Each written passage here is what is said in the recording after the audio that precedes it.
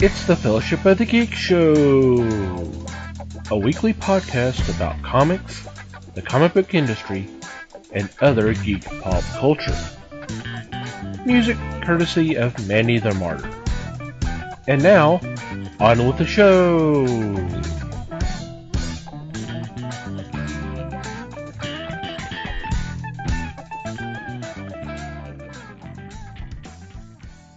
Hey there, everybody. It's the Fellowship of the Geeks podcast. My name is Thomas Chick, and joining me for this episode is Mike Marlowe. Hey, gang. Les Webster. Hello, all. And Liz Newman. Hello, everybody. And emphatic Dr. Nick.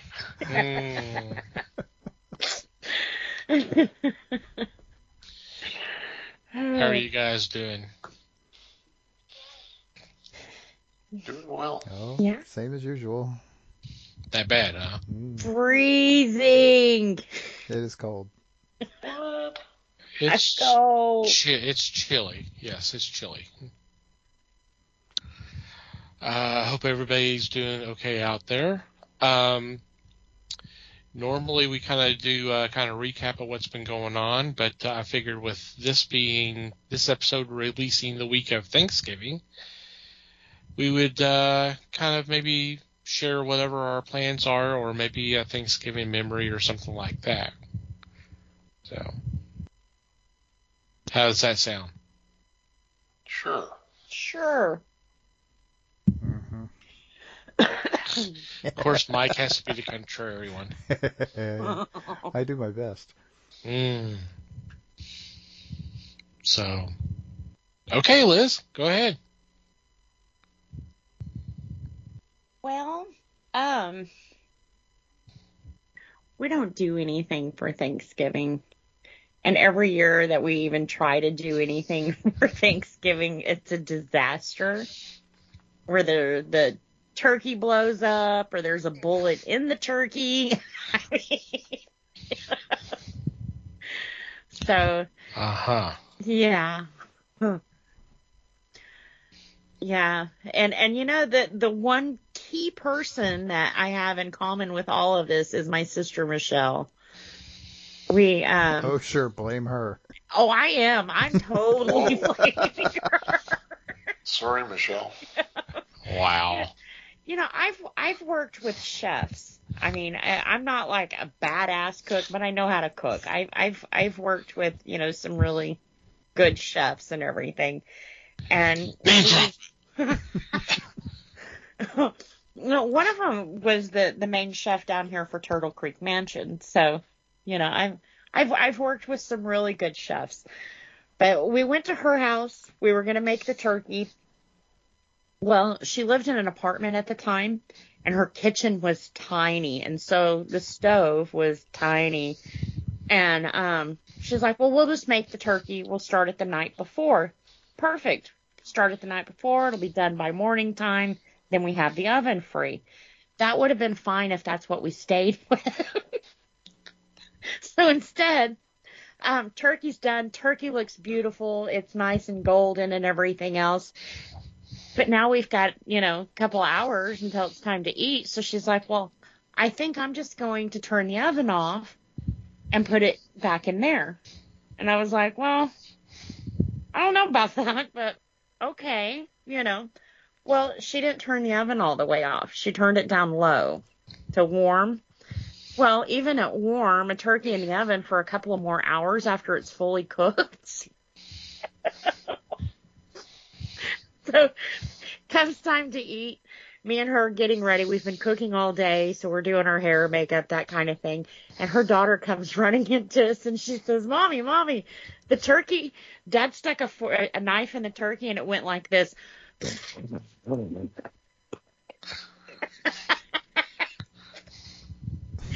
only thing I can say, you know, on National Lampoon Vacation where he goes to cut the turkey, that was our turkey. I mean, this thing just poof of smoke. It was turkey jerky.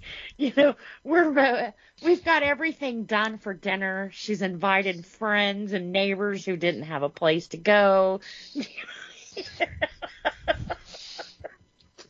So it was bad. It was really bad. But you know that food when you walk into like a cafeteria and it looks like it's petrified, you pick like your dessert or whatever you want from that. It's not real food, but it looks nice. The That's plastic what her stuff. turkey Yeah. looked like. It was beautiful until they stuck a knife in it.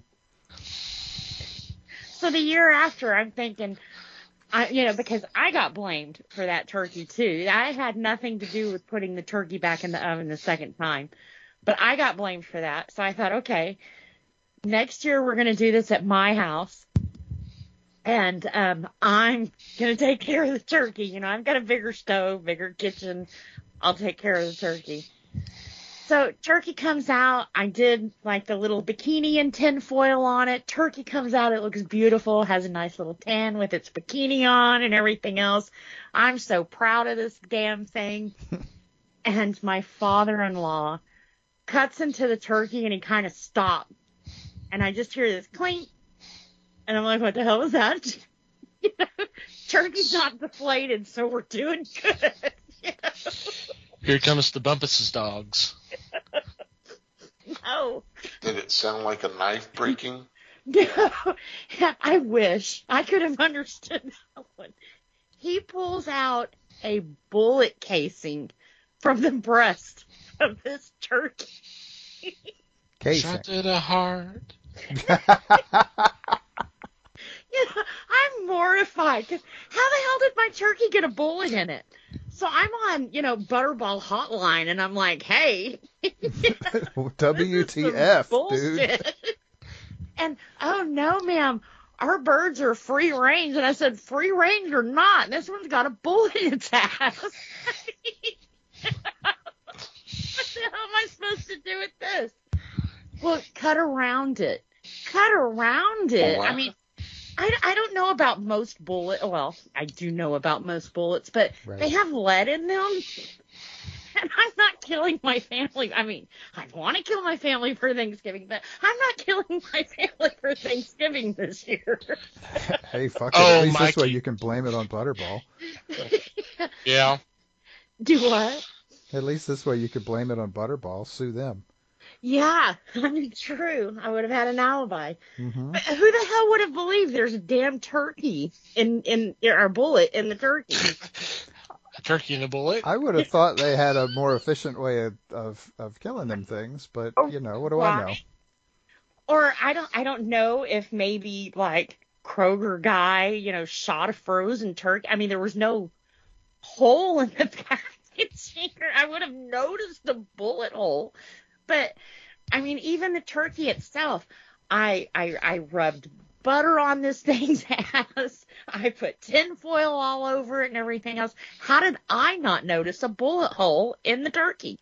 So it's kind of like, I don't know if this thing was shot and it walked around that way for a while. I mean, I don't know. Before he gave up the ghost? It's like, I can't feed this enough. It took a bullet and You're right. Mm. He's got some stories he could tell you, man. he drinks a lot, but it's cool. He's okay. He's a good guy. What is that, cold turkey? He drinks wild turkey. Yeah, after that, it was like, no more. Absolutely no more. But what made it worse, I can't remember if it was James or Brandon that wore that damn bullet on a necklace for like years. This came out of the turkey. This is a keeper, Mom. Mom's most horrifying experience. I'm going to wear around my neck for a while, Wouldn't want her to forget or anything, That's right. Yeah. But what made it worse is I had my in-laws here.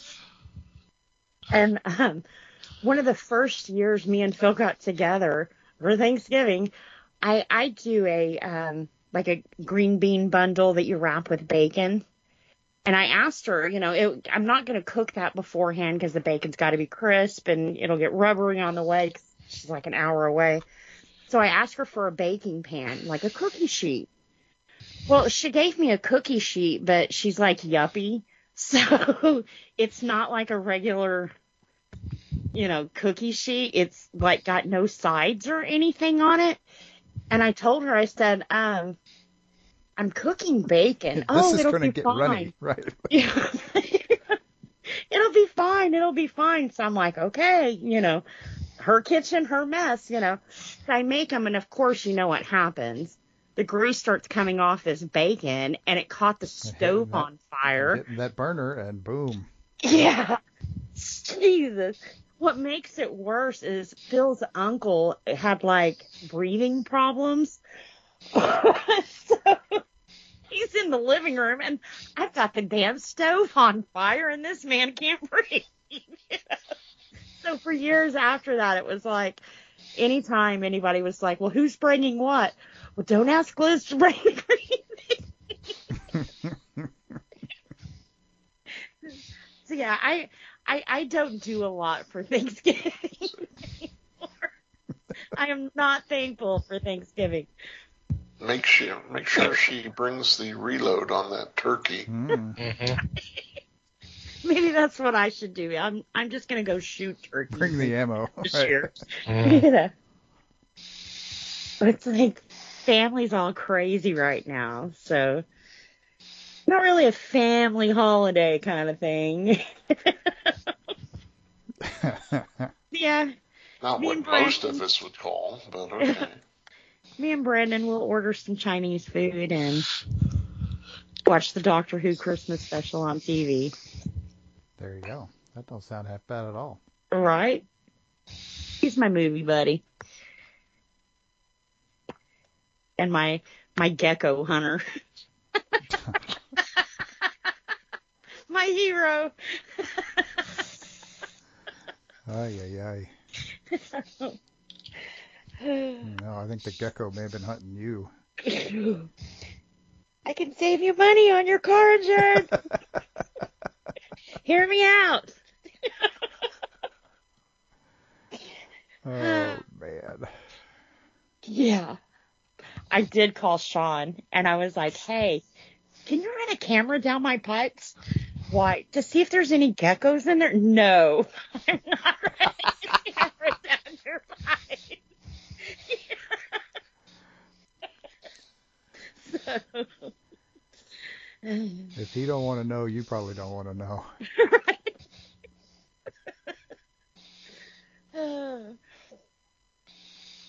Yeah, that's all I'm gonna do. Come on now, got to make new stories. Right? Yeah. We're gonna have a story for next year. Come on. Knowing my week, I'll probably catch the house on fire or something. It'll be a good story though. All right. I flooded the house, guys. How'd you flood the house? Putting out the fire. But all's good. Comics are, my collection's good. We can't rebuild. We save the important issues. Right. And for once, they weren't mine.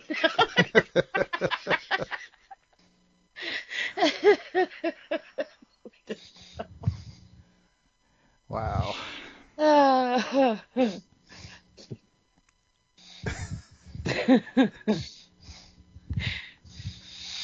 Okay. Just wow. I don't know about you, Mike, but I'm out. How the fuck am I gonna top that anyway? I'm the wrong person to ask anyhow because generally speaking, my positive memories of Thanksgiving are the boring ones. They're the ones that nothing went wrong and nothing bad happened and various other things that I ain't going into. So See, those are the ones my family dreams of having. Just normal, please. right. And for a while, and during certain parts of my life, we dreamed of them too. But again, there's no bullet in the turkey stories for sure. There's no burning down somebody's kitchen. Amateurs. Right. Absolutely. I admit it freely. Yeah, I mean, it was the quiet ones that were the nice ones, and so,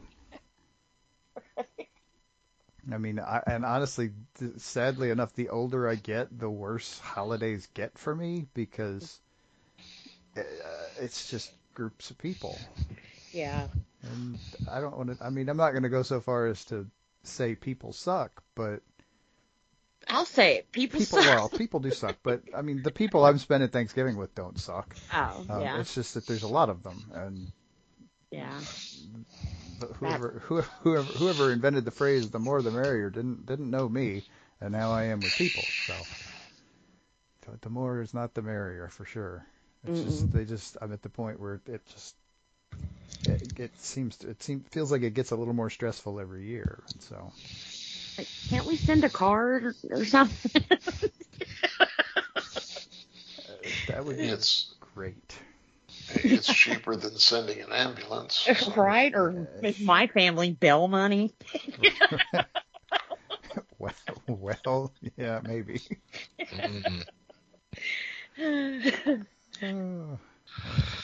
Another fire extinguisher for Christmas. Either that, Maybe too late by then. It's either that or a cake with a file in it. I don't know. Saw blades disguised as something else. I don't know. That damn corn. It's hard to make a shovel look like anything other than a shovel with wrapping paper. I'm just saying. So you've heard. Right, Yeah. Right, exactly. Okay, Les. Liz, can I borrow your story? Yeah. You have to take the family with it, though. All right. No deal. Run! No take backs. Hit the deck.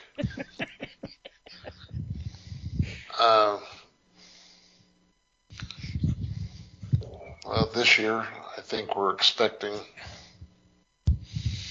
a dozen people for lunch, for dinner, whatever you want to call. And we've been doing that for several years now. We find friends of ours that are away from home or don't have plans with family. They're away from family. We have them over and feed them. It's a good time. Even a better time when they go home. Wow. Amen. Well.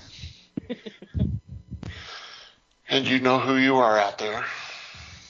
But I said I was sorry. Jeez.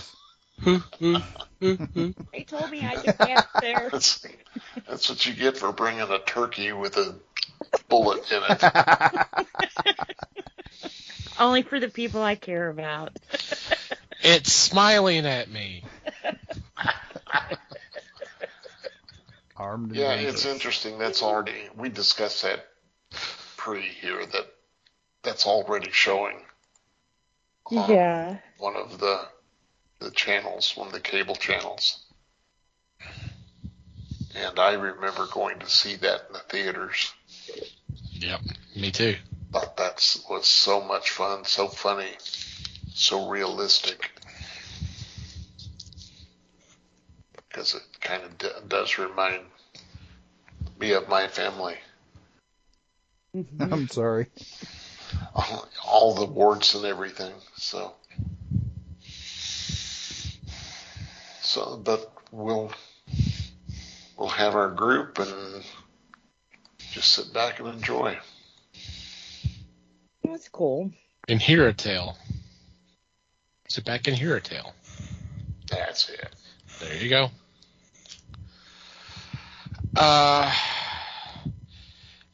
Not much over here on this end. Well, my sister will come over and we'll have a little something, but that's going to be pretty much it. That's the way it has been for the last couple of years. You know, most of the Thanksgiving, they kind of blend in. Nothing special. I do remember one year. My mom usually was the one that was held at my parents' house. My mom fixed a lot of dishes and that kind of stuff. But there was one year my sister decided, hey, let's come over. Y'all come over to my house and we'll do it here. I'm like, okay, that sounds good. That's fine. This was the Thanksgiving of 1993. Does anybody remember that? Anything pop out from that year? 1993? Yes. I had a kid that year. At Thanksgiving? Wow, that's pretty good. But didn't the Cowboys at your sister's win house a Super Bowl or something? That Thanksgiving in '93 was when we had the ice storm. Ah. Yes, and the Cowboys had the fun game with Leon Lett. Last time they won a game, right? Wow. I mean Super Bowl.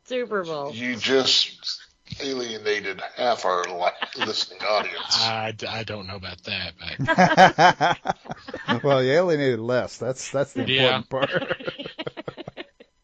That would be pretty good since he's a Steelers fan. Oh, then he doesn't want to talk about football at all this year, does he? No, probably not. I don't know a lot about sports though, so but you should take offense to that. Oh, I know it's taking offense. It's just no. I'm saying if our listening audience, okay. Yeah. If you're Cowboy fans, the only Cowboys I know about are the ones that go, yeehaw! She's backpedaling again, right? Beep, beep, beep. I like them Cowboys. But I just it was difficult enough to just get over to her house, and she lives very close to our house, but and just to get in and watch the game and all that happened, it's like wow.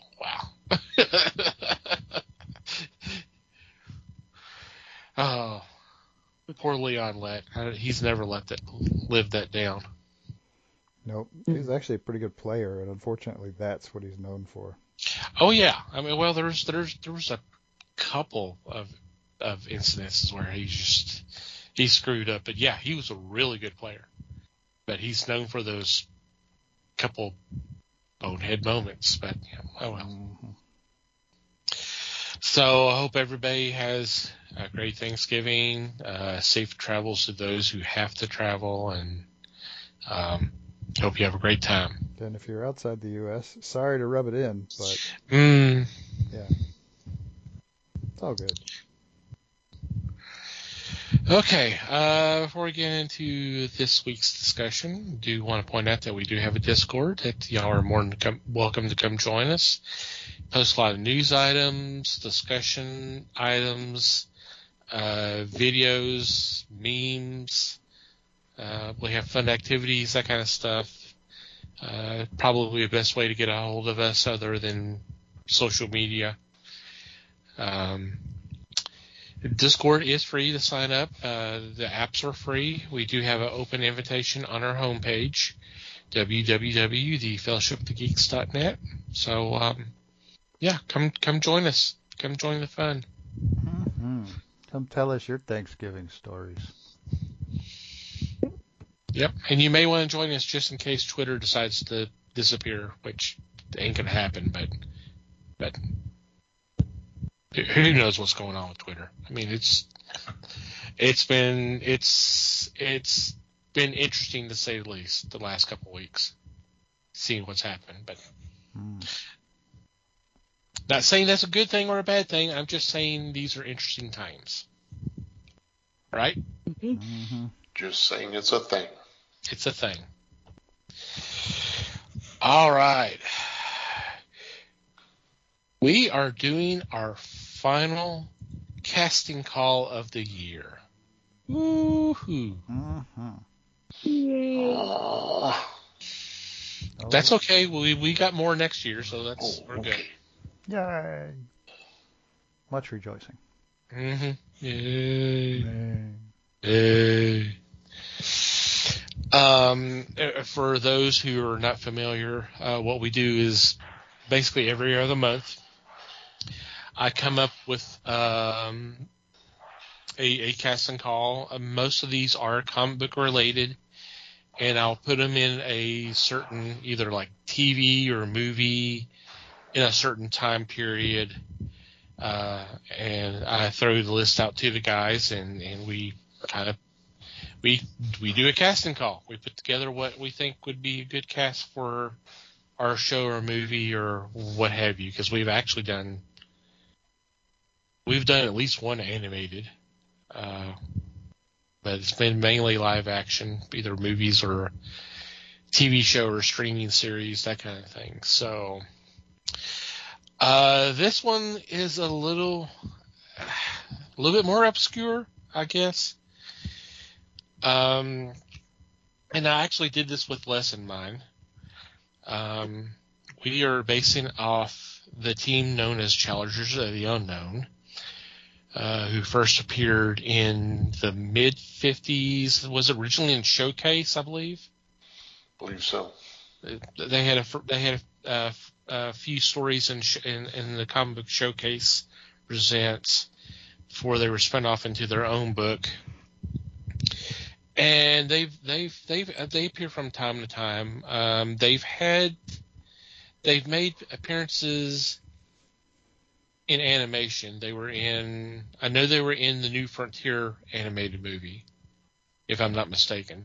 True. And I'm pretty sure they showed up in at least one episode of Batman the Brave and the Bold. I believe they have. So this is a group of adventurers who if I remember correctly, they survived a plane crash, and they realized that they were living on borrowed time, so they basically formed a team, and every month they would battle either it's a monster or alien or something like that. I mean, it's 50s greatness, so. Is that fair enough there, Les? I believe so, yes. Okay. Anything you would like to add about the team? This was the creation of Jack Kirby. Mm-hmm. And this is before before Marvel was established. Right. And he became their lead. In fact, this is probably what Stan Lee based his group, the Fantastic Four, on. Yeah, it's a precursor to Fantastic Four. Essentially same concept, except for Fantastic Four had powers and all that. So, yeah, it's very similar. So, all right. So with this, we are. I have set this up as a 1990 syndicated series, or we could put it on the WB before it becomes the CW. However you want to do that. Mm-hmm. So let's cast our challengers. Les, would you like to go first? Challengers. Huh? Nothing. No, go ahead. You said it. Repeat it. No, I said our unknown challengers. Well, we'll know who they are here in a few minutes. Yeah, here in a few minutes, yeah. Les, would you like to do the honors? Well, let's see. Yeah, thank you. Don't do it. It's a trap.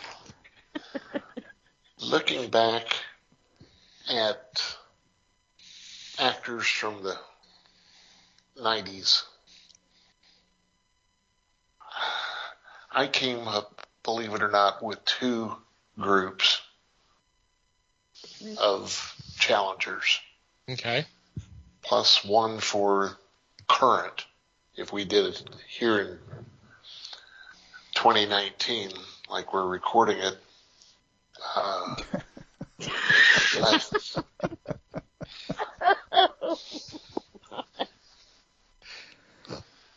But I in 1990, or for actors of that group, there are so many people you could call upon to play the different roles. And that's what I really like. Like I said, I've got 2 separate teams. But let's just let's take one and see how we go. Okay. First person on the list is Ace Morgan. Ace was the pilot of the group, and he was the leader of the challengers, although there was no official leader. Each man was considered equal, but the story's kind of focused on Ace being the head dude. In this, Ace Morgan I would see as Aaron Eckhart. Ooh, okay. That's where I'm going to start right there. All right. Nice. That's a nice one. Yeah. Okay. Who would like to go next? Okay, well, mine are gonna suck because what the hell? I didn't know a lot about this until this came up, so I went purely aesthetic. So my first guy is hang on, shit. Not familiar with him. I just Have to Google hang on shit and see what he's been in. He did a lot of No. stuff on Broadway. Yeah. Oh, okay. See if Sloopy comes on.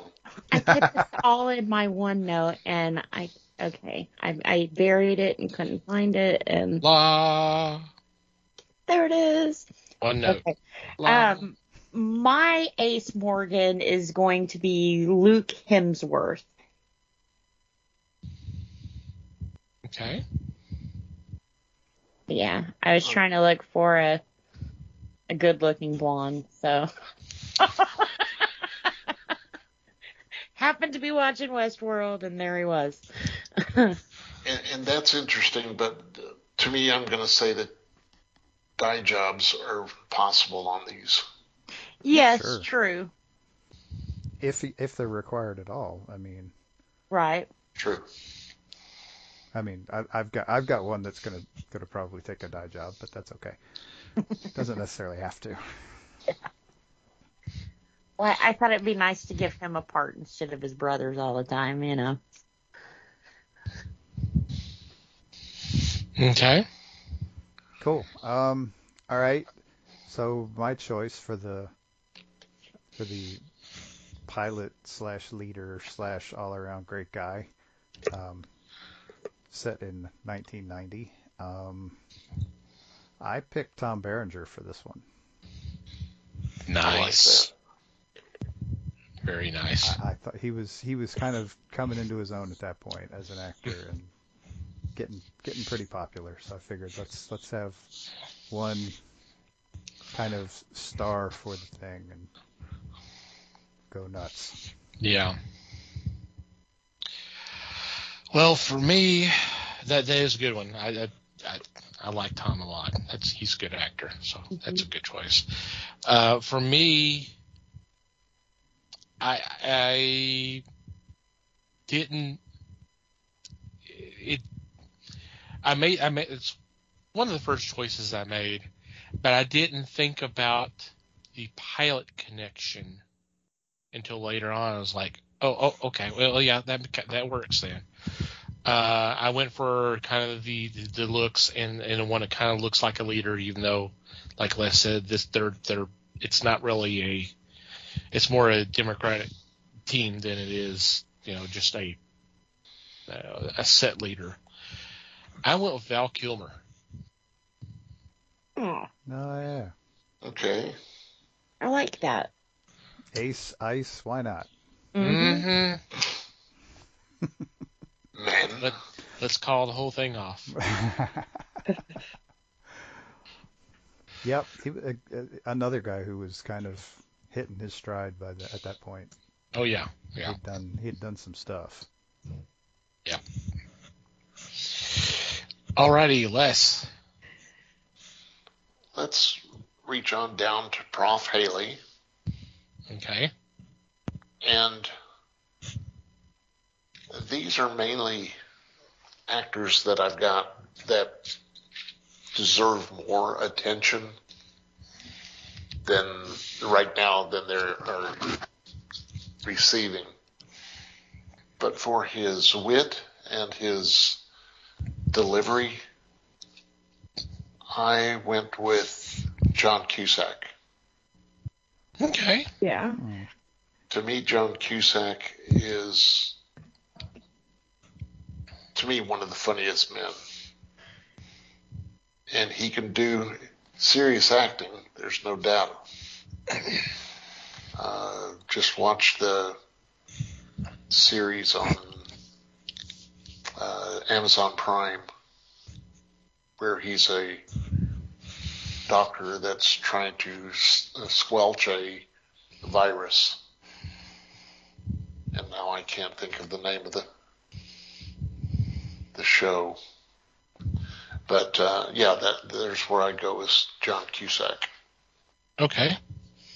Nice. Interesting. Yeah, I like it. that. Yeah.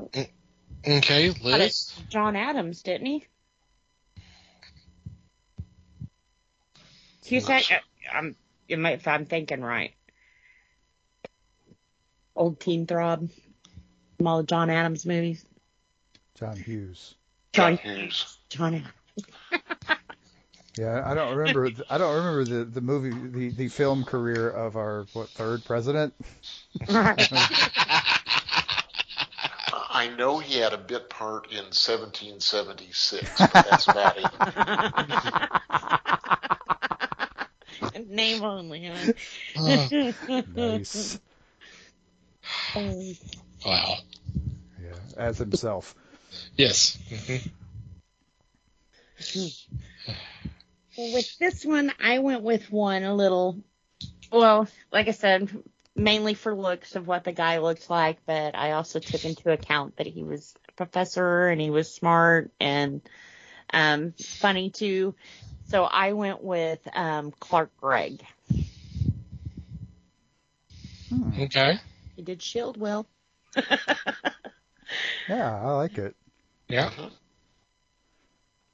I like it. Yep. Okay, Mikey. So the reference website I was looking at for all these guys basically said that they were all American, and I decided to throw that out the window for this one, because there was somebody who I thought time-wise would be a really cool fit for this, so I figured, screw it, I'm just going to do it. I went with Anthony Head. Nice. Yeah. This is a couple of years pre-Buffy, so I thought it would be fun. I thought he would be a good fit for that role. Yeah. Good choice. Yeah, I like that one a lot. Okay.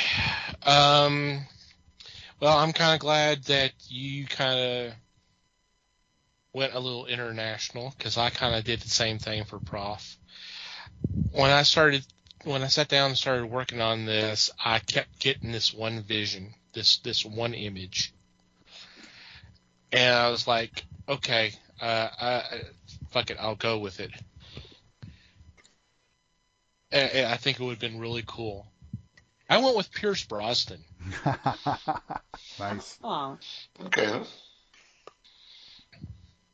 Nice. I like that. And would that be during his TV career? I think so. I think Remington Steele might have still been on at this point. Probably towards the end, yeah. It would have been near the end, but I mean, that was the reason he couldn't do Bond in 87? Yeah. Yeah. Because he couldn't get out of his contract for Remington Steele. But I think it lasted a few more years after that. And he does a great job in the new Black Adam movie. I'm not surprised. Yeah, I kind of heard that. So, okay. Next, Les. Okay. Red Ryan was the acrobat of the group.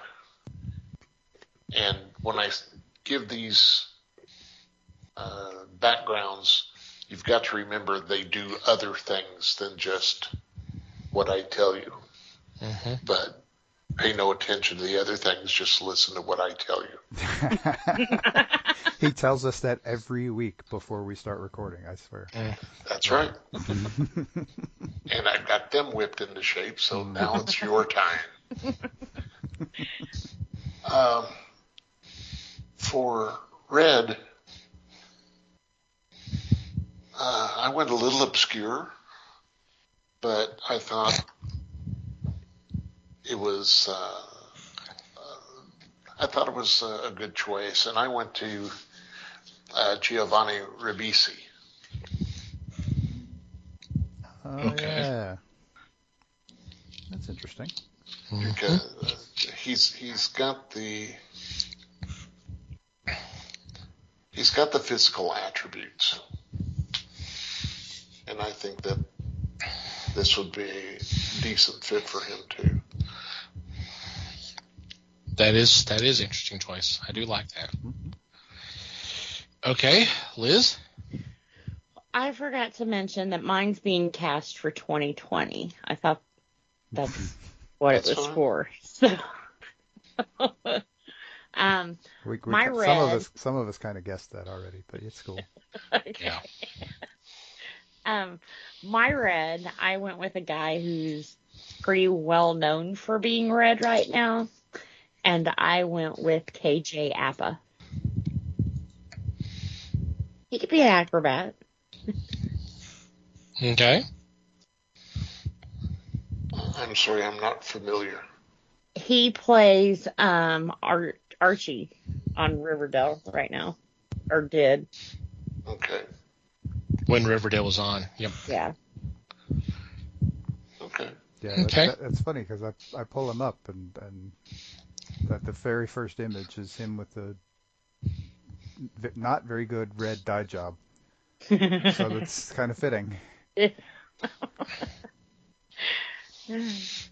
It's cool. Okay. Yeah. Yeah. Okay, Mikey. All right. So, jump back in the Wayback Machine to 1990 again.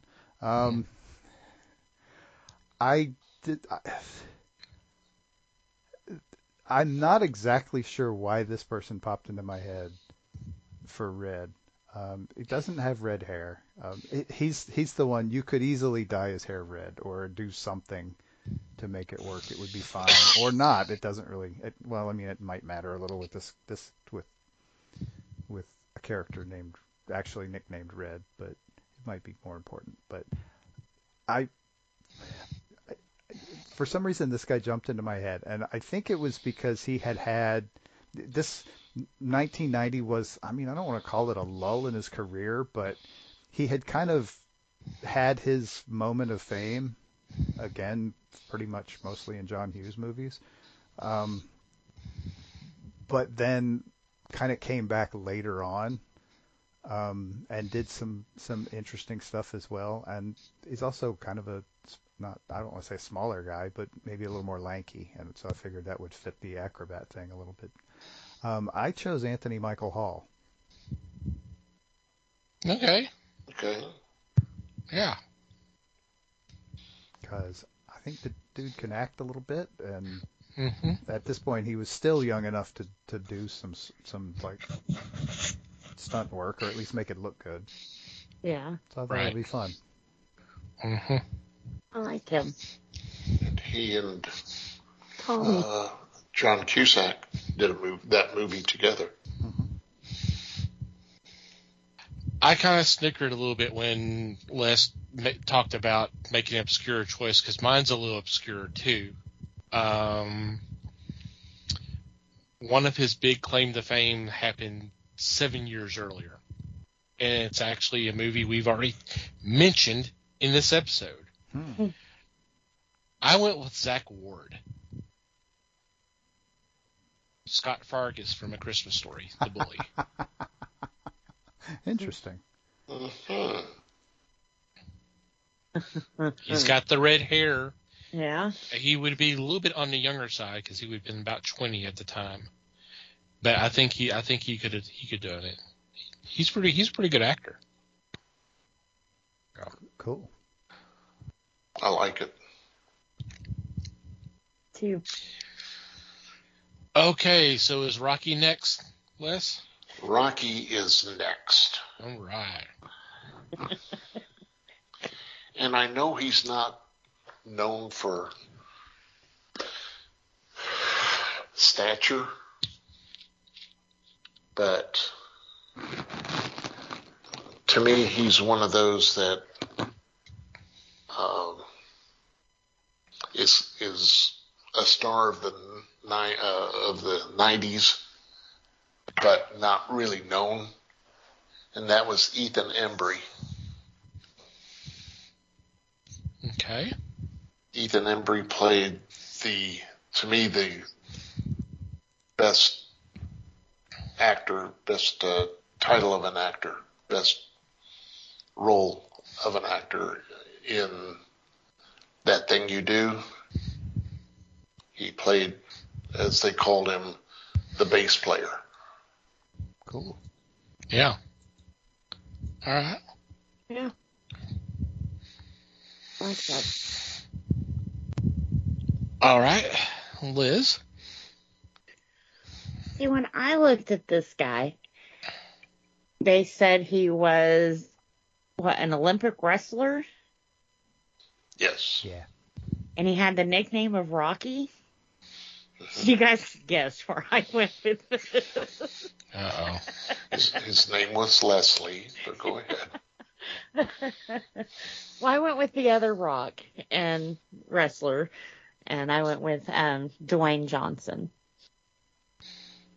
Just in name alone.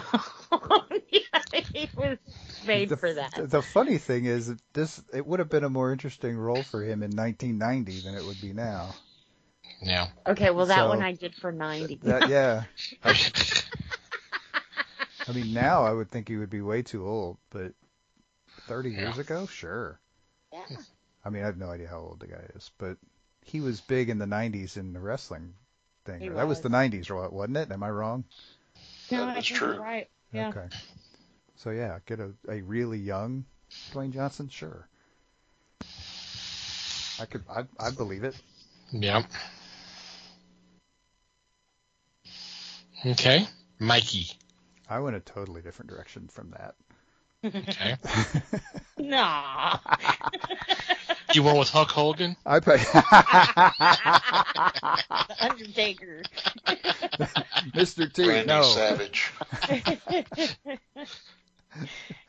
Oh no, I actually went with somebody who was right on the verge of hitting it big at this time, and was also kind of a large guy, so I thought that would help. It turns out he's a really damn good actor too, but I mean, I don't know how much that matters in this case, but I picked Forrest Whitaker. Ooh. Okay. This would have been like just before he hit it big. What year did Good Morning Vietnam come out?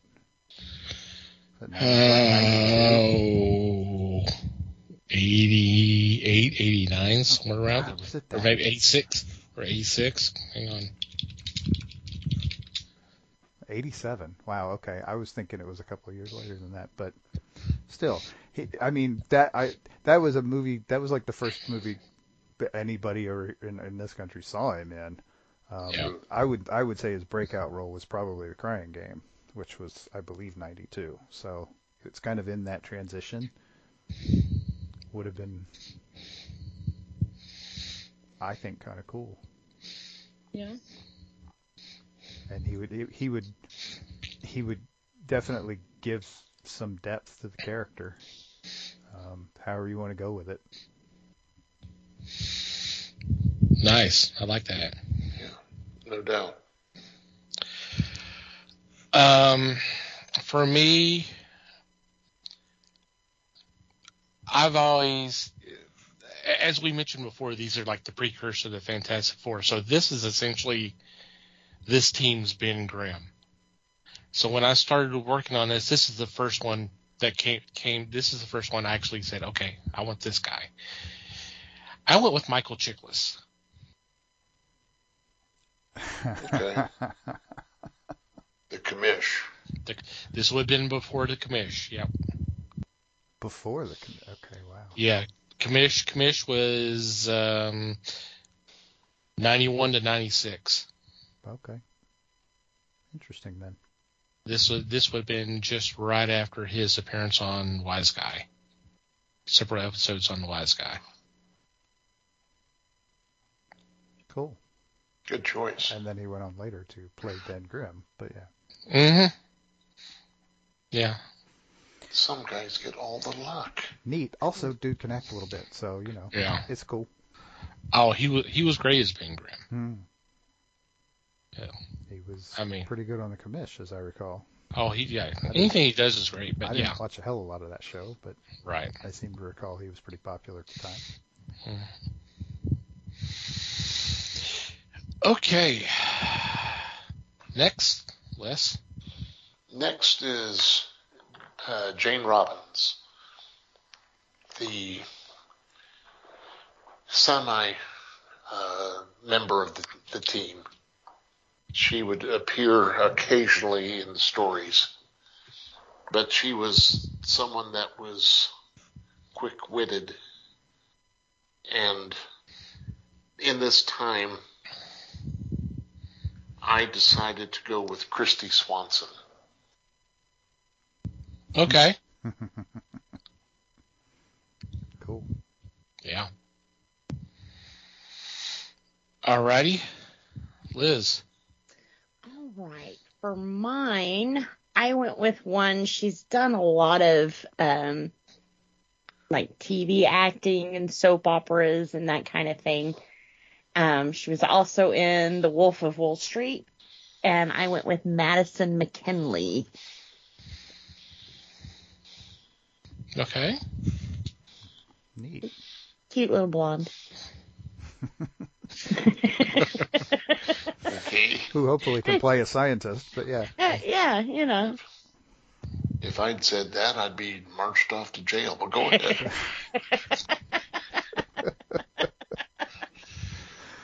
I mean, she can act, but she's cute too. Well, sure. Uh-huh. Okay. Mikey. Yeah. I did not pick a cute little blonde for this. What I did do is make a pick for a character in, again, the Age of John Hughes movies. And I guess after having Anthony Michael Hall in my head long enough, I got to where I just couldn't resist anymore, and I put Molly Ringwald in this role. I knew you were going to say that. That's awesome. Okay. It fits. Yeah. I think she was kind of done with the John Hughes movies at this point, so she was looking for something a little more serious. Something that kind of get away from the typecasting. Yeah, and I think this would have been a good place to start for that. Yeah. I did go with a cute blonde who, at the time, I think could pull off the scientist aspects of the character. We know she can now, definitely. I went with Michelle Pfeiffer. Oh, Mm. that is a cute little blonde. And once again, no, that's a good choice. I like that. Wasn't she busy shooting some comic book movie or something at the time? Oh no, Don't think so. not a meowing or something. Maybe it may. Batman Returns came out in '92. Yeah. I mean, it would have been tight. I think. Yeah. Yeah. No. Hey, you're not going to get any argument from me on Michelle Pfeiffer. I think it's awesome. No problem here. She was kind of busy right around that time. Yep. Not quite in her gangster paradise yet. I mean, we're talking Building up to it. Yep.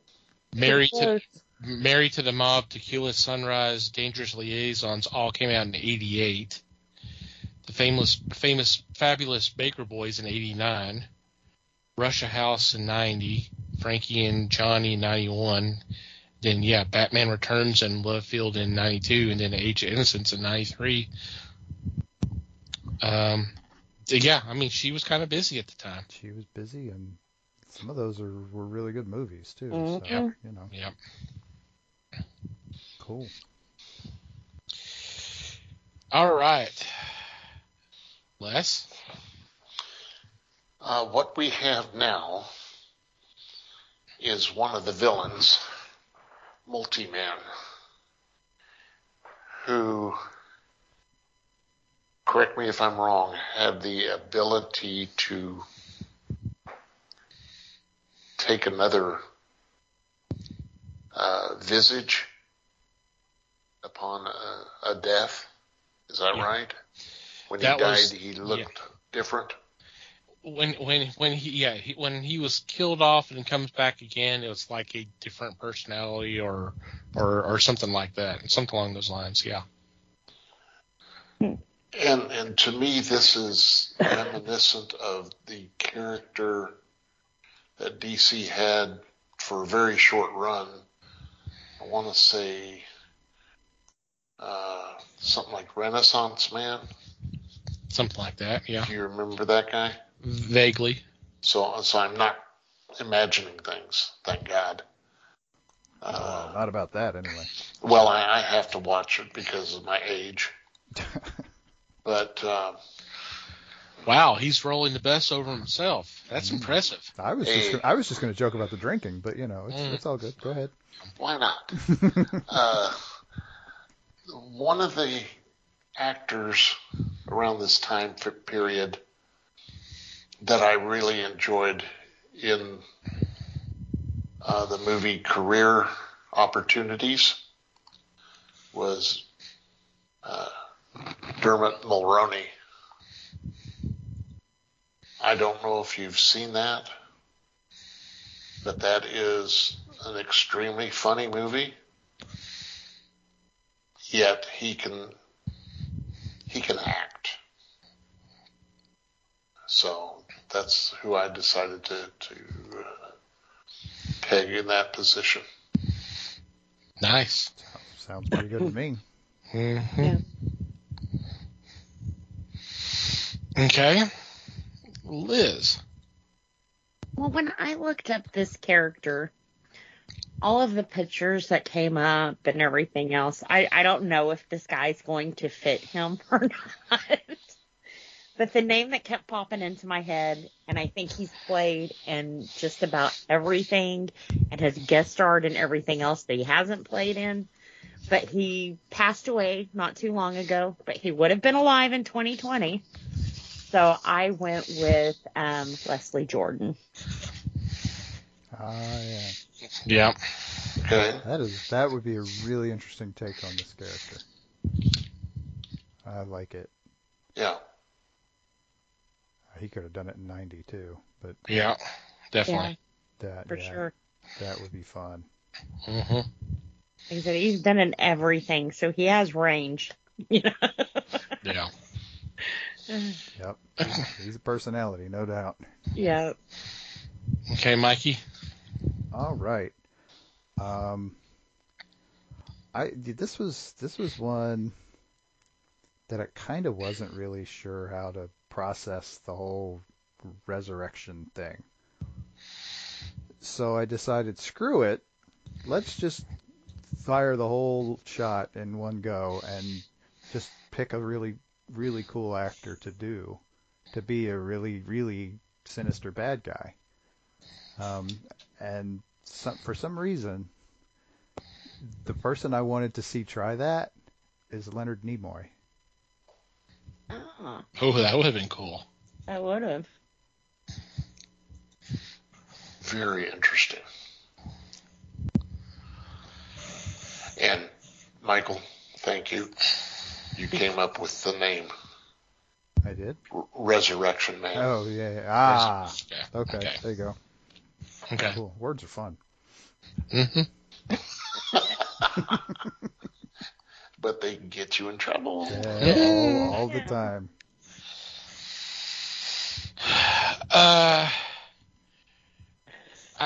For me,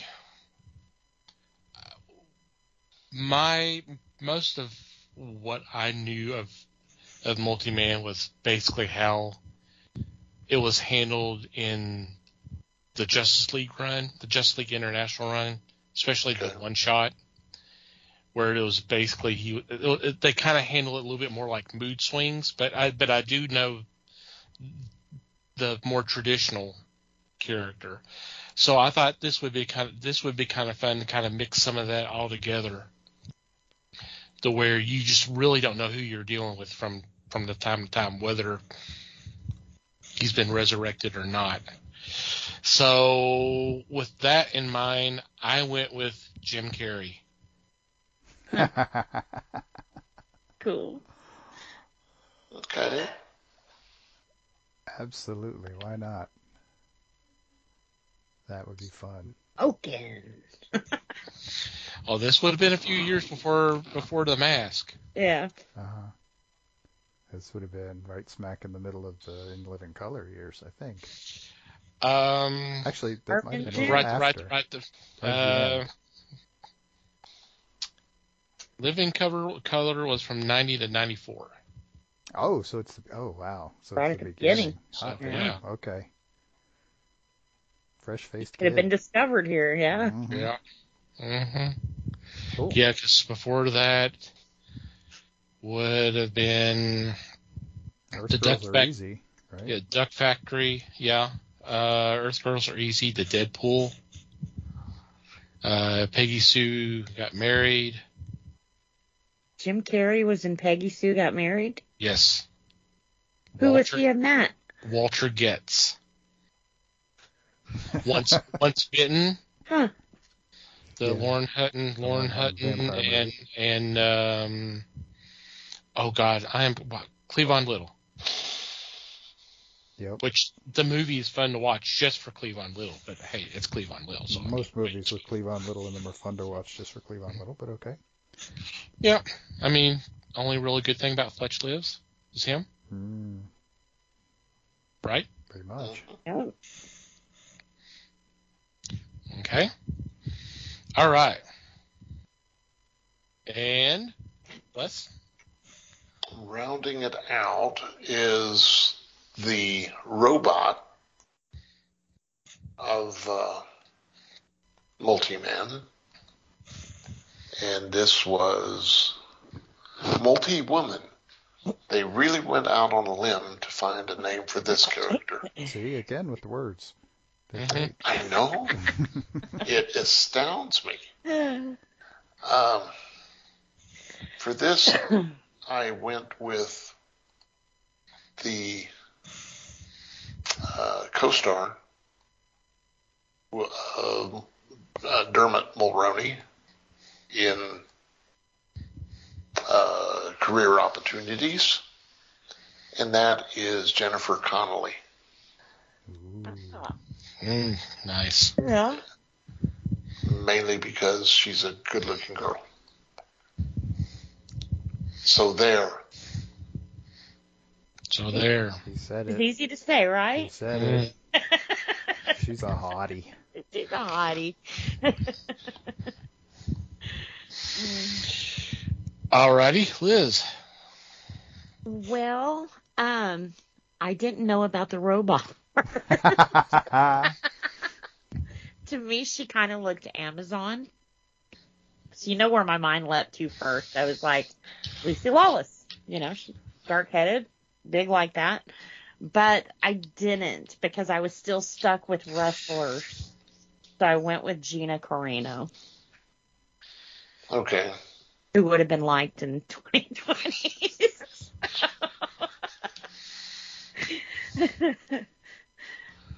Pre-cancel. Right.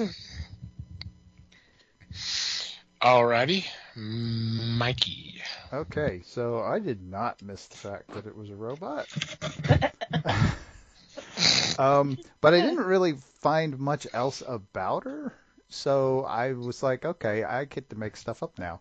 Mm-hmm. So given that this is 1990, I figured one of two things was going to happen. Either with a robot character, you're going to have like a freaking Cyberman looking metal monstrosity, or the appearance is going to be pretty generic and it doesn't matter, and you're going to do some sort of mask or something, and you could just insert random body double person in here.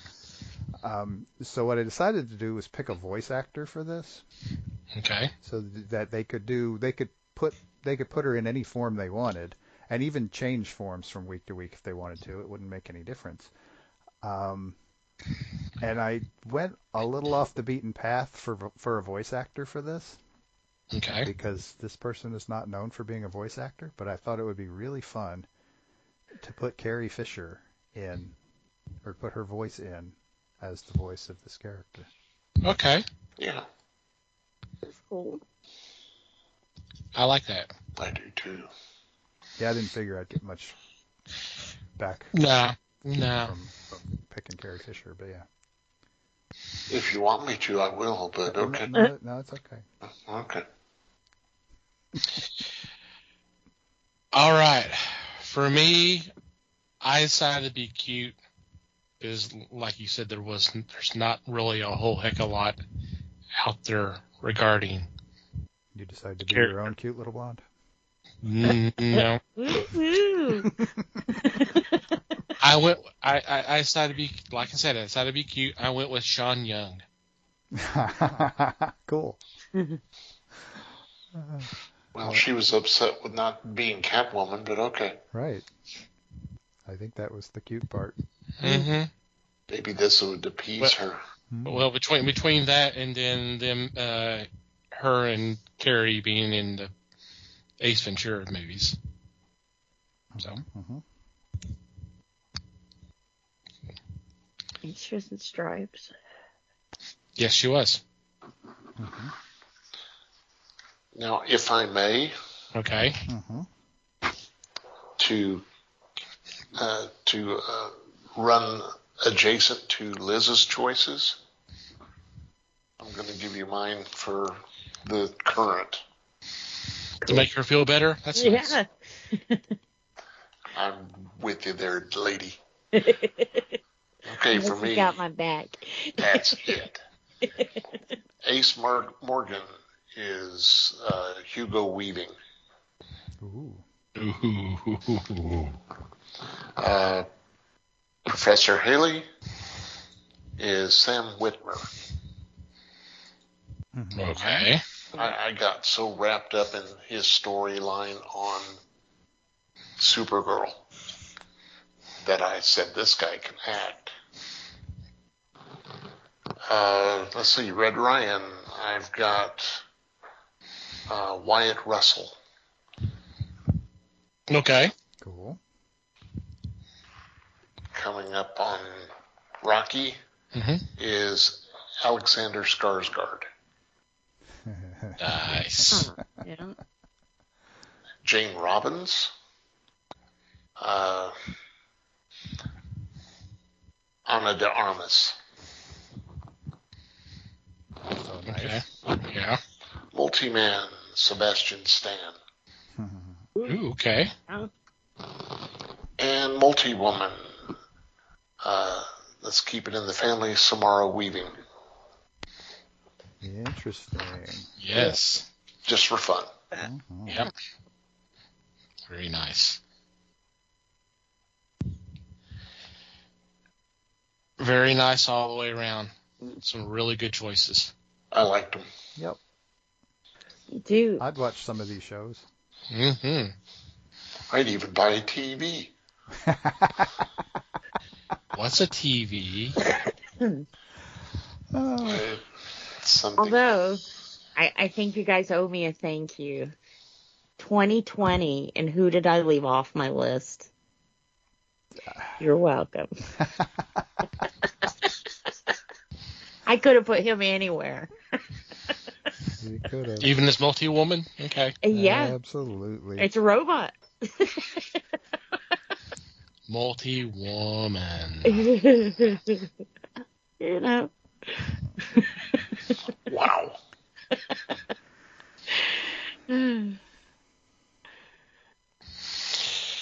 Alrighty. On that unfortunate note, we are going to take a quick break and come back with geek news for you.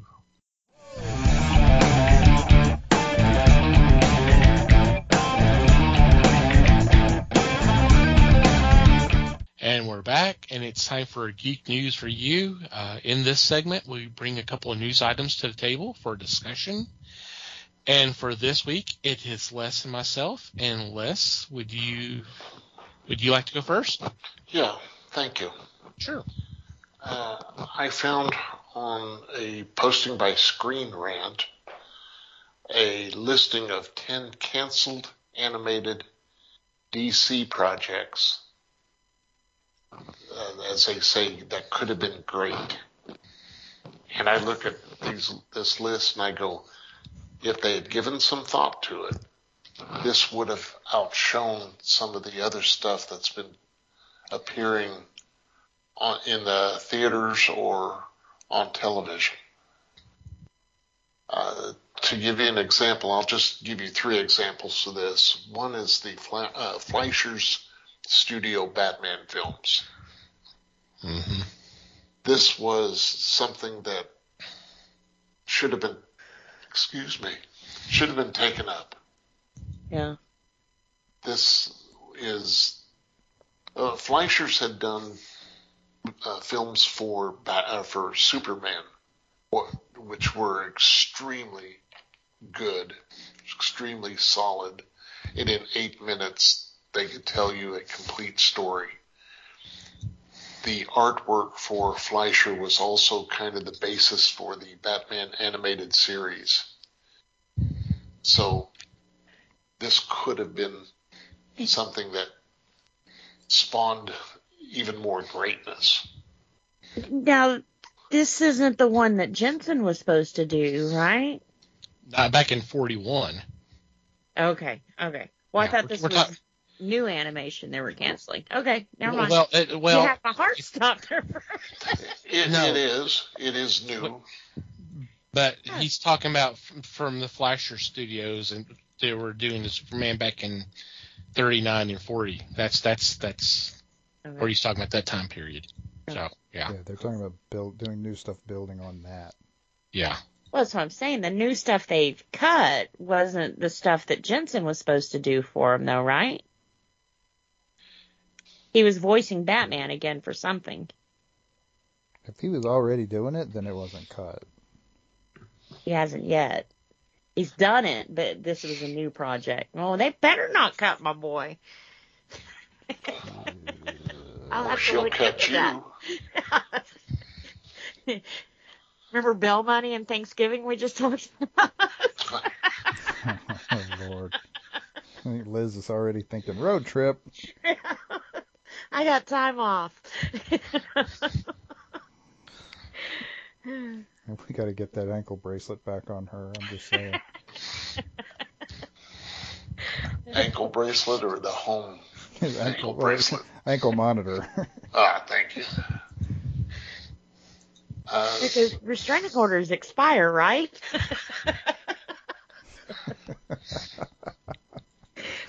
Wow. Second in this, I would have loved to have seen is a Batgirl Year One adaptation. Due to the fact that DC has currently canceled the Batgirl film, this to me, and not just as a substitute for a live action, but this would have been fun to have brought to the screen, either big or home screen. And that, to me, would have been astounding, because it was a really good miniseries. The third one I bring up is Green Lantern First Flight sequel, because this would have been the fully Hal Jordan as the protagonist, and would not have dealt with John Stewart in the same manner, because Stewart ended up being in the Justice League animated series. This would have been more of a standalone. Those are three, but there are like 7 others in this article that I would have liked to have seen come to light. That is sad. Yeah, I kind of pulling back the curtain a little bit. I was not aware of this article, but I had actually kind of played around with the idea of doing a casting call for a Batman animated series done by Fleischer, and we may still do that. I just need to sit down and come up with the list, because there's not as many big time villains back in 1940 or 41. There's some big ones, but yeah, it's a smaller list, obviously.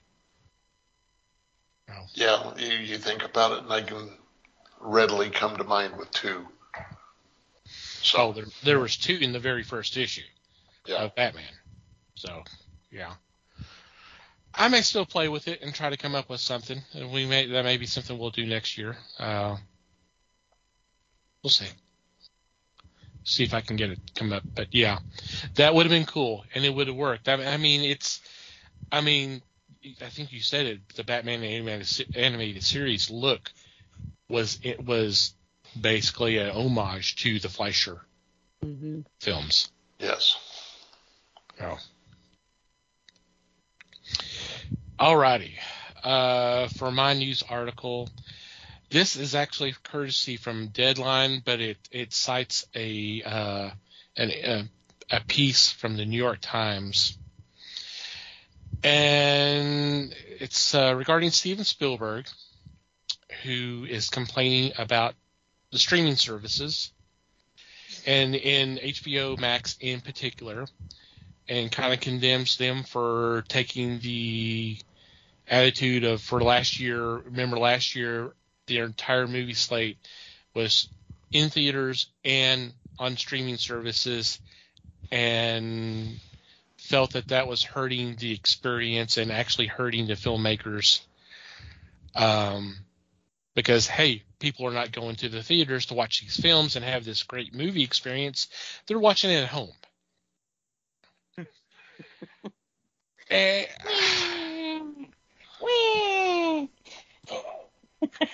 I'm sorry. 2 cents worth.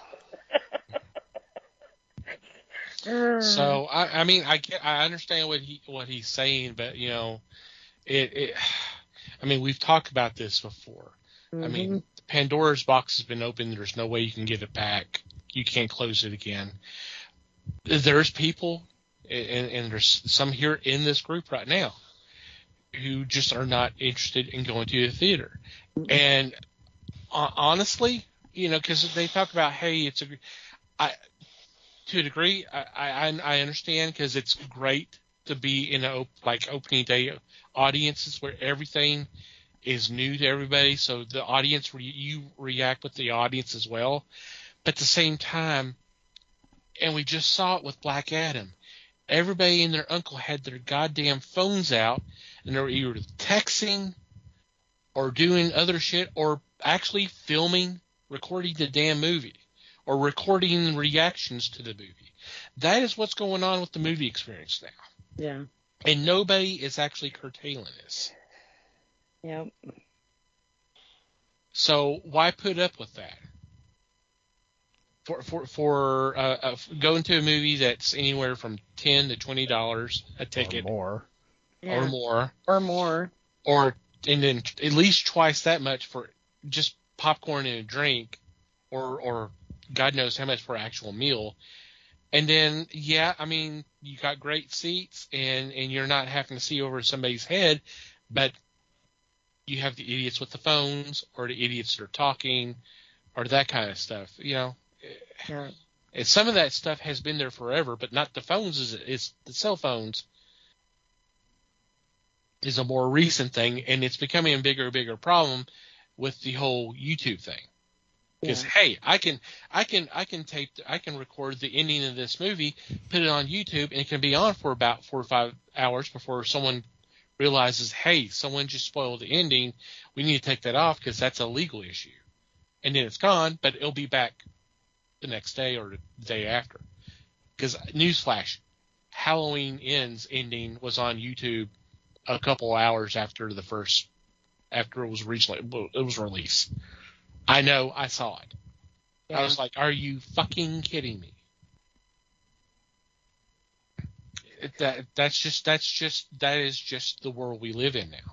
So Nature of the beast, yeah. So you know what we need? We need a whole bunch of more old Hollywood people bitching and moaning about it, and people actually listening to them. That's what we need. Yeah. Because that's helping so much. Well, and it would be different if they were like, I don't feel like I'm reaching enough people with my work. It's, I'm not making enough damn money. Oh, I'm sorry. Why don't you get on your little private jet and cry there? You know what I'm saying?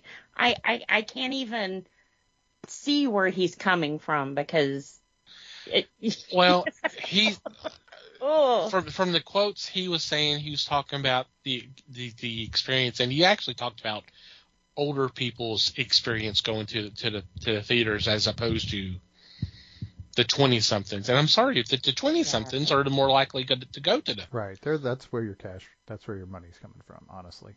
Yeah. If for no other reason than because there's fucking more of them. Right.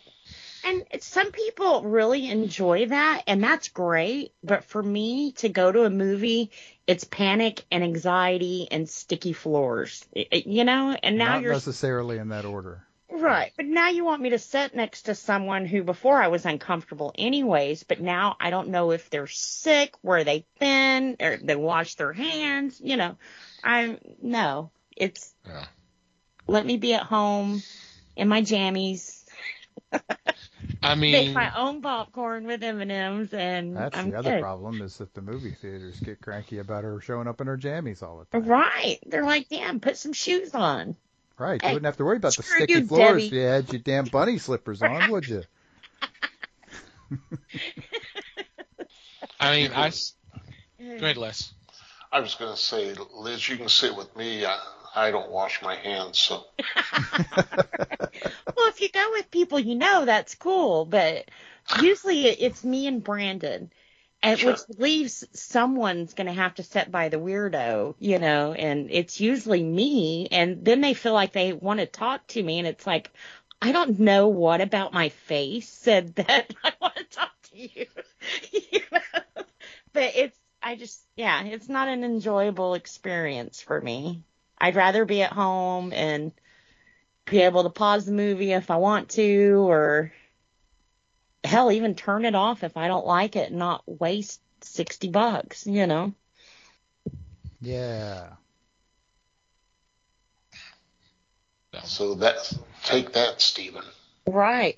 Well, maybe if he bought everybody's movie experience for them, you know, it'd be a little different. Well, and okay, here's a question for you. Yeah. Did this randomly come up in an interview about something else, or did somebody literally show up at his house and ask this question? It was part of an interview because he's got a movie coming out. The Feldmans. It's supposed to be a semi-autobiographical film. Okay. I just a part of me is just wondering if this is some quote unquote news outlet trying to stir up some shit for something and get some clicks. But well, I mean, The Fabelmans is what's called. I mean, it's kind of a limited release right now, and it's going to be a limited release. It's not going to be one of these that are in every theater. But I'm sure he was asked about it, has his feelings about streaming services. I mean, just like every other director is asked about Marvel movies, and then that's when we get that clickbait shit. Yeah. Because they hate the Marvel movies. Yeah. That's not real filmmaking or whatever bullshit they want to say. Right, but so ultimately we're talking about clickbait. Yeah. Yes. People, exactly. Somebody's stirring up some shit with old people about stuff that nobody can control because it's out of their hands and they're past. I hesitate to say Steven Spielberg is past his prime, but I mean, how much? What's he doing? I mean, he's doing this semi-autobiographical movie that, I mean, let's be honest, it may be getting a limited release because nobody cares. Right. And isn't he behind all the Jurassic stuff? Probably indirectly. I don't think he's maybe just as a executive producer since like the first one. Just enough to get his name on the credits and get whatever paycheck out of that. But anyway.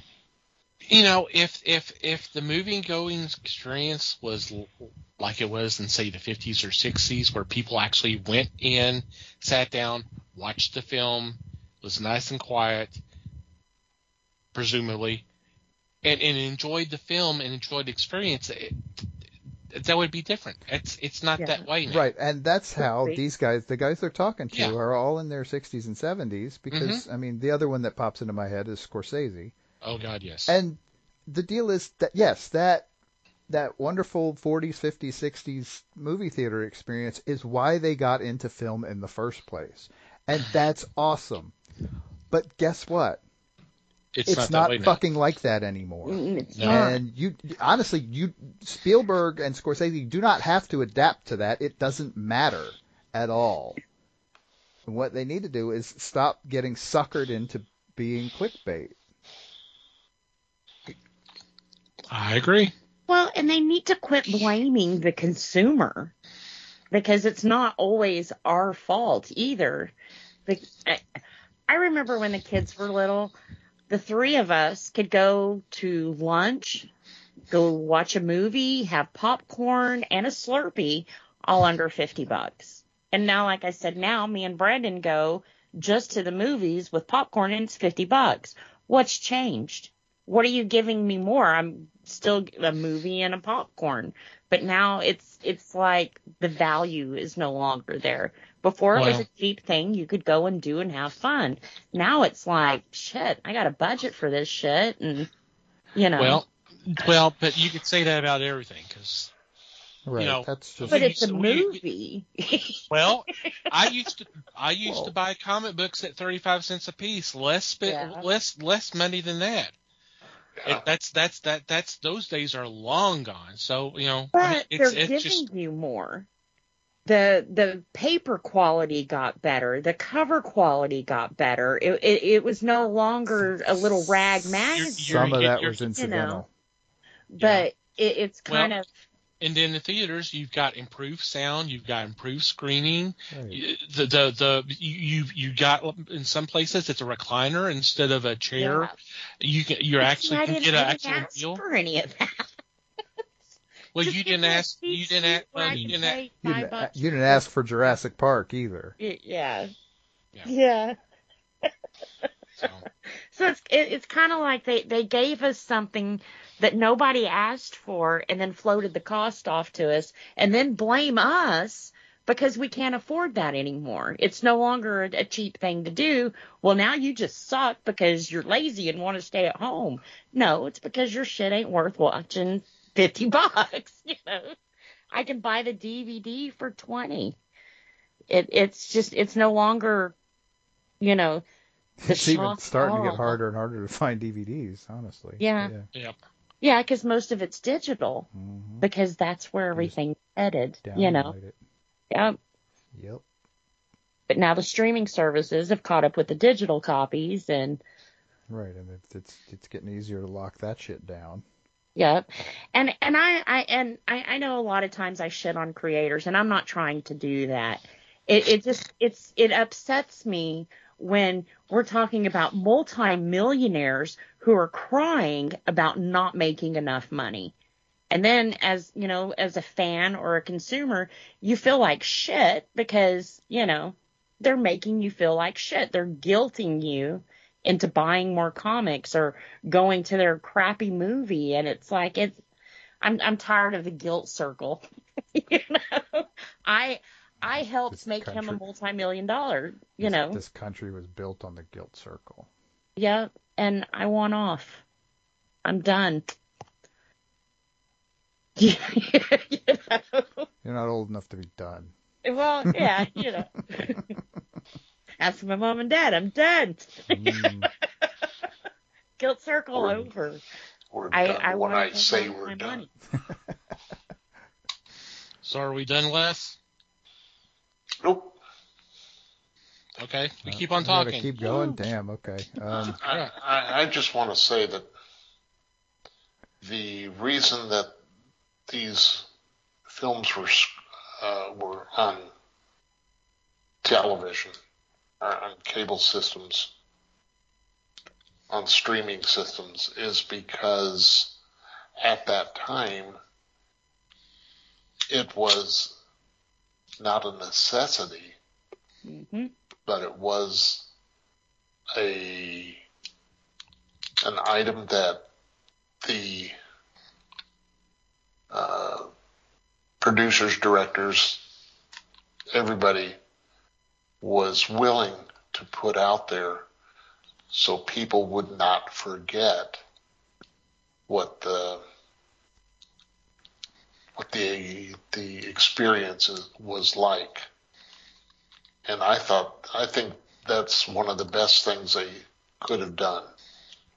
Make sure that people are still entertained and are happy with what they are presented.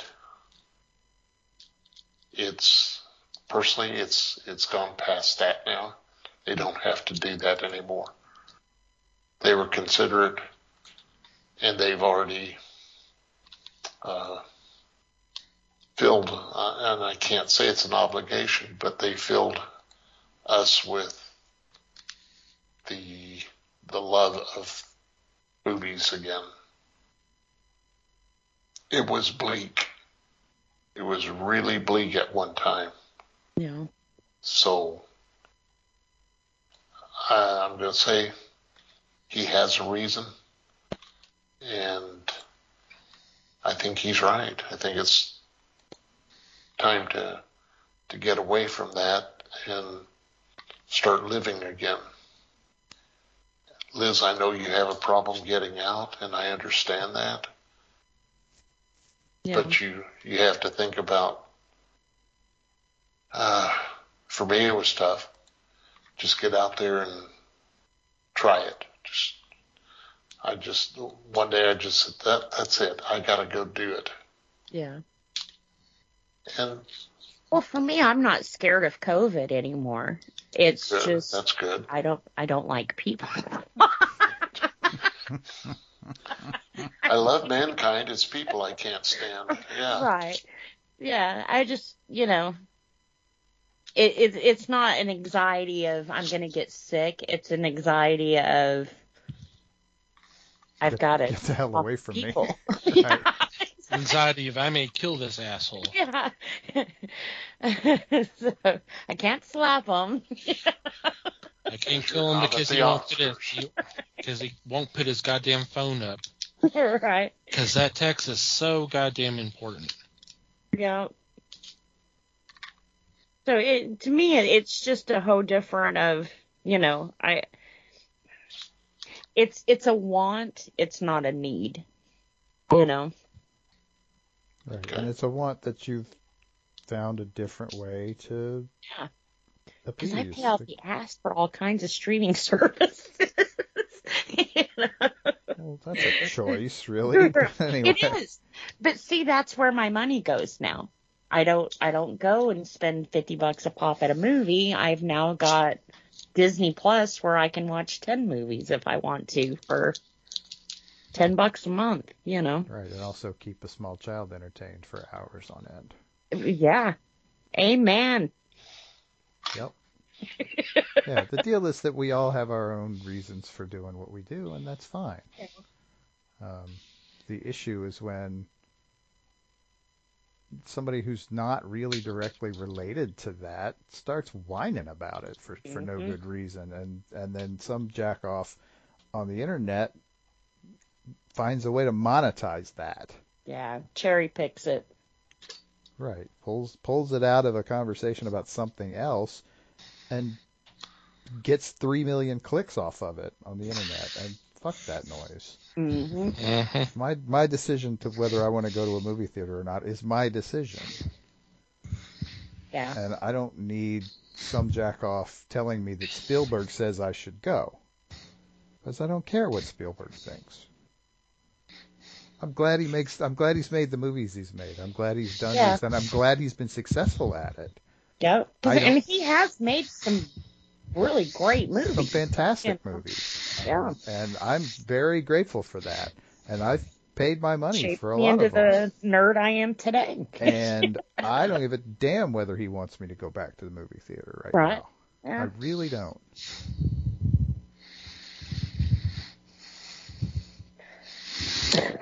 All right. Any special shout outs this week? Yeah, I got one. And it's a tough one. It's one that hits a little closer to home than most of the time when we do these. Because, I mean, you guys hear us talk every week. You hear Tom talk every week right after this part about how we are proud members of the Pop Goes the Culture podcast network. The flagship of that network, the Pop Goes the Culture podcast, has had kind of a terrible blow recently. One of the co-hosts of that show, Kenny Wright, passed away last week at the age of 49. And that's, I mean, I barely even know how to process it, because I mean, we talk about, a lot of times we're talking about celebrities, and those are people that have, or actors or directors or whatever, and those are people who have an impact on us on kind of a cultural level. I've talked to Kenny. I've met the guy, you know? I mean, that's just, that's a tough one, and he was way too fucking young. And it's a bitch. So needless to say, shout out to him and what he's done, and obviously condolences on all levels to his family and to Joey and the rest of the gang at the Pop Goes the Culture podcast, who have lost a friend.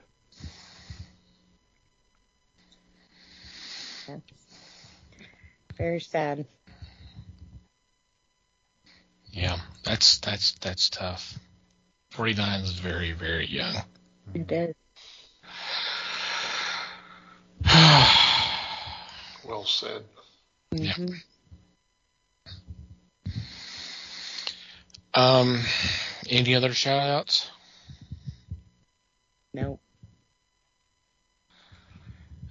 Yeah, I think we should just leave it at that. That's a tough one. And of course, our thoughts and prayers go to his family and friends and all the listeners of the show. We do appreciate the support that Kenny and them have been giving us and will continue to give us. It is very much appreciated. And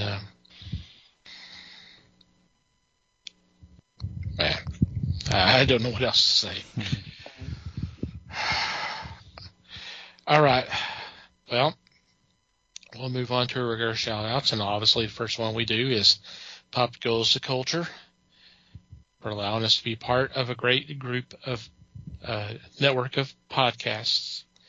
If you check our show notes, there will be a link to where you can go check out them and the other guys. Thank you, as always, for your support. Also want to thank the fine men and women who make up Podern Family on Twitter, who've been so kind as to spread the word of the fellowship by retweeting our links. Want you to check them out as well. The best way to do that is to go to Twitter and do a search, #Podern Family, all one word. Just scroll through whatever catches your eye. Click on that link and please download that episode. And we hope you have a great time listening to that show. Thank you guys for your support as always. Want to thank Manny the Martyr for supplying the music to our podcast. There will be a link in the show notes to where you can check out their music. And finally, you, dear listener, thank you for downloading and listening to today's episode. We value your feedback. Any comments, questions, complaints, observations, suggestions, what have you, please send them our way. Our email address is email@thefellowshipofthegeeks.net. Or you can go to the About Us page on the website, and there's a contact form that you can fill out. If you join our Discord, we have a channel specifically for feedback. You can post your comments or questions there, whatever. Social media, we are on Facebook, The Fellowship of the Geeks. We are on Instagram now, @FellowshipGeeks. That also is our Twitter handle. Feel free to follow us both there. If you want to follow our personal Twitter accounts, Mike can be found @MikeyGeek. Liz can be found @LN_geek. Les may or may not be found @FakeLesWebster. And I can be found @TomTCGeek. And from wherever you download our episodes, if you'd be so kind as to rate and review the show, it would be greatly appreciated. Any final thoughts before we say goodbye, other than, once again, happy Thanksgiving to those who celebrate? Yep. Yeah. And thanks, everybody. Yeah. Appreciate you listening. Yeah. Thanks, everybody. Gobble, gobble. Okay. Thank you again, everybody, for your support as always. And until next time, geek on, my friends.